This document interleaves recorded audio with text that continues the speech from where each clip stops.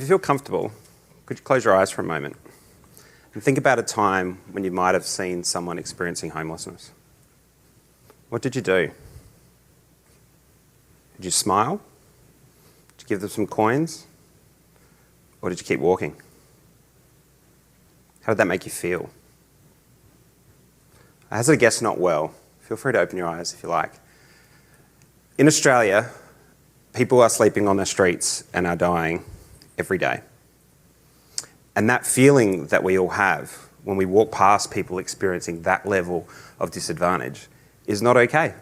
In a society as wealthy as ours, in a country as prosperous as ours, in a city like Adelaide where we are today, that is one of the most livable in the world, how is it that we've become accustomed and treat as normal this occurrence?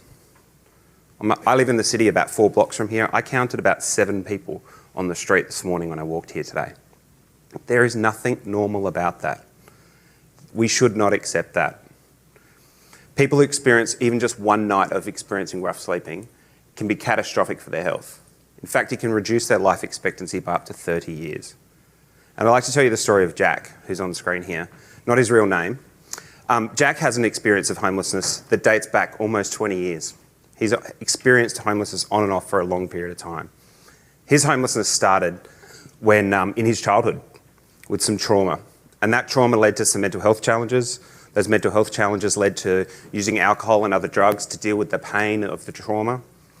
At different points in time, he'd been provided housing, but then he wasn't able to get access to the mental health support that he needed and ended up back out on the street. At other points in time, he was able to get access to the mental health support, but there was no housing available. And the cycle continued. The frustrating thing about that, not only is that the impact that has on someone like Jack's life and the impact that it has on all of the services that he's using and other things, is that for us as a community, as a society, it's actually costing us more to leave this problem unsolved than it is to solve the problem. It's actually $14,000 a year cheaper to provide the very thing that people like Jack need, housing with support, than to leave them on the street, cycling in and out of our emergency departments, in and out of crisis accommodation, hotel rooms, prison, and other government services. That adds up to $85 million we could save this year by addressing this huge challenge in our society. So, what can we do about it? Well, in my Churchill Fellowship, I was really lucky to actually visit some of the communities that are ending homelessness. And I ask you to imagine what it does look like. What does it look like to see an end to homelessness? Where we don't have to see people dying 30 years younger and where we don't have to see that wasted expenditure as a country. And I don't have to imagine that because I had that opportunity to visit some of the communities that have ended homelessness around the world. And what you can see here on the screen is Bergen County in the United States, one of the first communities that made homelessness rare, brief, and a one-time thing. I'll explain what that means.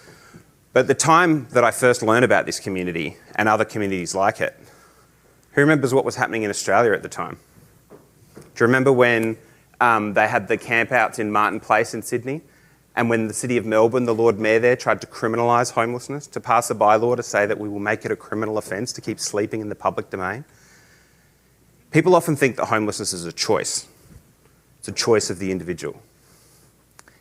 There's homelessness, and particularly rough sleeping homelessness, it's the least worst choice available to that person. It's not a choice to sleep on the street, but they are escaping trauma. They are escaping other things that are so much worse than sleeping on the street.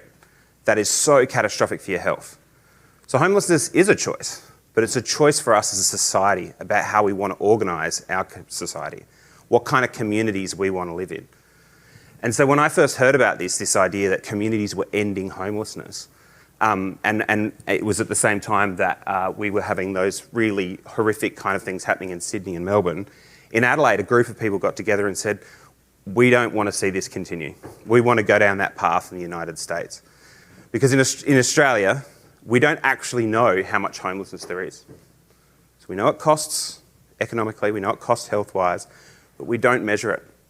The census every 5 years estimates how much homelessness there is. It tells us there's about 116,000 people experience homelessness in any given year. Out of that, I think it's 6,200 that experience rough sleeping. And so rough sleeping is only one form of homelessness, right? There's other forms of couch surfing, sleeping on people's couches, overcrowding, inappropriate housing, those sorts of things. So there's lots of different types of homelessness. Rough sleeping is only one. Particularly expensive, particularly catastrophic for people's health. And that census estimate, it's every 5 years, and the day that census data comes out, it's 19 months out of date. Can you imagine how well we would manage unemployment in Australia if we estimated it every 5 years and released the data 19 months after the month of unemployment that just occurred? That's not how we manage our economy. Why do we manage our society that way? And so what we've done in communities around the world, and the ones in the US and in Australia as well, is seek to measure how much homelessness there is, to identify by name the number of people experiencing homelessness in a community. And in Adelaide, we know that it's about 150 people in the CBD tonight, last night. We measure that. All of the communities work together, all the organisations in Adelaide work together to collect that data, inspired by what they did in the US. And so my Churchill Fellowship gave me the opportunity to learn what they did well and what's working. And what they did well is they housed 134,000 people in a very short period of time. They have now 14 communities that have made homelessness rare, so that there's very little of it. They made it brief, so that if somebody does have an experience of homelessness like Jack, we're able to rapidly rehouse them and they don't have that chronic health issues that continue that cycle in and out. And we make it non-reoccurring, a one-time thing, that people aren't cycling in and out. That's what we mean by solving homelessness or ending homelessness, rare, brief and one time. And then they measure it through this concept called functional zero. And so functional zero is, you say the number of people coming into your system is less than the number of people going out, and you've reduced the number of people in it. So demand is less than supply, you know? You're actually able to measure in real time the dynamic changing nature of this problem. Very complicated. If you want to understand more, Google the concept. But essentially, if you want to know how to measure an end to homelessness, that's what functional zero looks like. So they did that in the United States. They did that and they learnt a whole bunch of the lessons about what it takes to end homelessness. And it's not just measurement, it's many more things. It requires us to stop treating housing as just a vehicle for financial wealth gain. It requires us to tackle deep systemic racism. It requires us to deal with the trauma and the mental health challenges that's in our community. There are many things that you need to do. But if you want to solve a problem like homelessness, you need to have a strategy to solve the problem. And that's what they've done in those communities. They had a strategy and they had a way to measure it. And so they're the first two things that I would say about what it takes to end homelessness. The third gets a little esoteric, so bear with me here. But the third one is you need to seek to change systems. So a system is the way in which a whole community operates, not just a program. A program in relation to housing or homelessness, a program on housing is somebody needs a house, you provide them a house. Someone needs food, you provide them food. That's a program, and we do that very well, and we have lots of organisations who provide programs. But whose job is it to try and solve this problem that doesn't fit into one neat program, that doesn't fit into one level of government? Whose job is it to solve and change the way that system operates? And then ultimately, it's our job as a community, because it doesn't fit neatly anywhere. And that's what a lot of the communities have done in the US. They focus on changing systems. So here's where it gets a bit esoteric. What's a system? How do you understand how to change systems? Well, to understand, Einstein said how to solve a problem, you'd spend rather than the first, if you had an hour to solve a problem, Einstein once famously said, he'd spend the first 55 minutes thinking about the nature of the problem and 5 minutes thinking about solutions. So if I can spend a little bit of time just talking about the nature of the homelessness problem for a second, bear with me. So people might be familiar with simple problems, right? A simple problem is like baking. If you get all the ingredients, you follow the recipe, you do the right thing, you follow the recipes, you get the same results every time, right? It's a simple problem, but there's a rule book. Unless you're terrible at cooking like me, then all bets are off. A complex problem is something like flying someone to the moon. Really, really hard how to figure out how to do it the first time. But once you've done Apollo 1 and Apollo 2 and you've figured out what it takes to land, you can calculate how much jet fuel you need and all those sorts of things. It's incredibly complicated. You still need a mission control where everyone does it all. But once you've done it once, you can do it again and again and get the same results. Complicated problems. This is my little bub, Sophie. Doesn't look like that anymore, actually. But anyone who's a parent will know what a complex problem is. So if you have one child and raise the second child exactly the same way and give them the same opportunities and the same love, do you think you get the same results? No. Because children are complex, people are complex, human beings are complex. And so to solve complex problems with human beings, you need to respond to that complexity. Now, homelessness is even one step more. Victoria said it a few times, it's what we'd call a wicked problem. A wicked problem is something that's constantly changing, that we need to be able to respond to that complexity, that we've not just got, it's not just like raising children, it's raising children with trauma and all the other things that have happened in those people's lives, and that it's constantly changing. And so how do you respond to a wicked problem? Well, first of all, I was told that the best way to get engagement in a presentation like this is to show kids and cute animals, so ticking both boxes. But how do you solve a complex problem? It's the same way in which you eat an elephant, one bite at a time. You've got to break the problem up. In the US and the other communities that I visited, they have broken this problem up. They've started with a particular type of homelessness, rough sleeping, and not just all forms of homelessness. And even within that, they've broken it up further and said chronic rough sleeping. So people like Jack, who've had a long-term experience. So we say focus on that, and then we focus in a place like Adelaide, and we find out how many people are sleeping rough in Adelaide, and we measure that. Because the government measures homelessness every 5 years through the census, and state government, the federal government does, and state governments don't measure it barely at all, other than some street counts every once in a while. So break it up, focus on the places where we can do it. We've counted in Adelaide how many people are sleeping rough in the CBD, and there's 30-odd communities across Australia that now count the amount of homelessness that exists for families escaping domestic violence in Brisbane and people experiencing rough sleeping, or chronic homelessness of all forms in Perth and other things. So first of all, break up the problem and bite it into it one bite at a time. And the second thing about systems, if you want to change systems, I think this sort of slide was shown to me on my fellowship travels really helps illustrate that. And it's the story of the elephant and the 6 blind men. The story goes that the elephant walks into the Indian village and these 6 blind men were holding and touching this elephant, and one person's touching the tail and says, "It's a rope." And somebody else says, no, it's a tree, and they're holding onto the leg. And the homelessness system is a little bit like this. If you are providing food on the street to people experiencing homelessness, you need more food.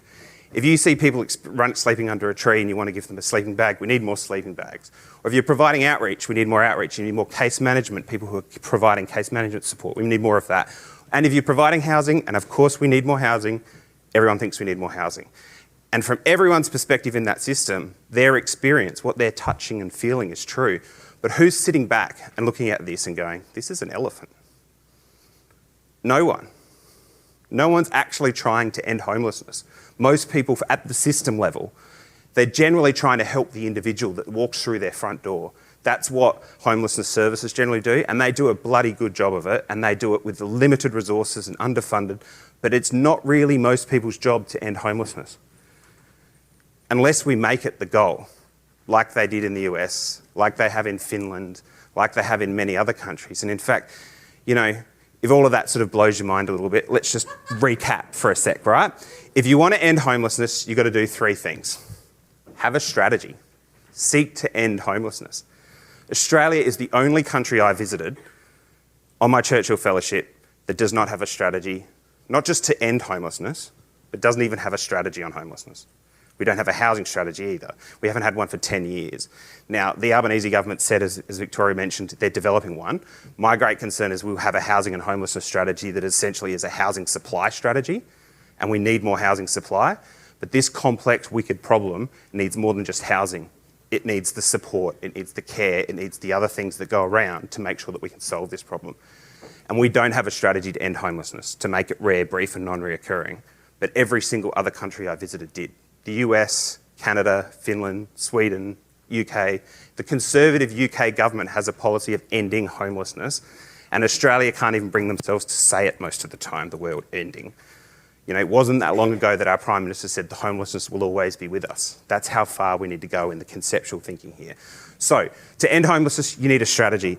You also need a way to measure. You need to set the goal to count down to ending homelessness rather than a goal of counting up to housing people. And this was one of the really key lessons out of the United States.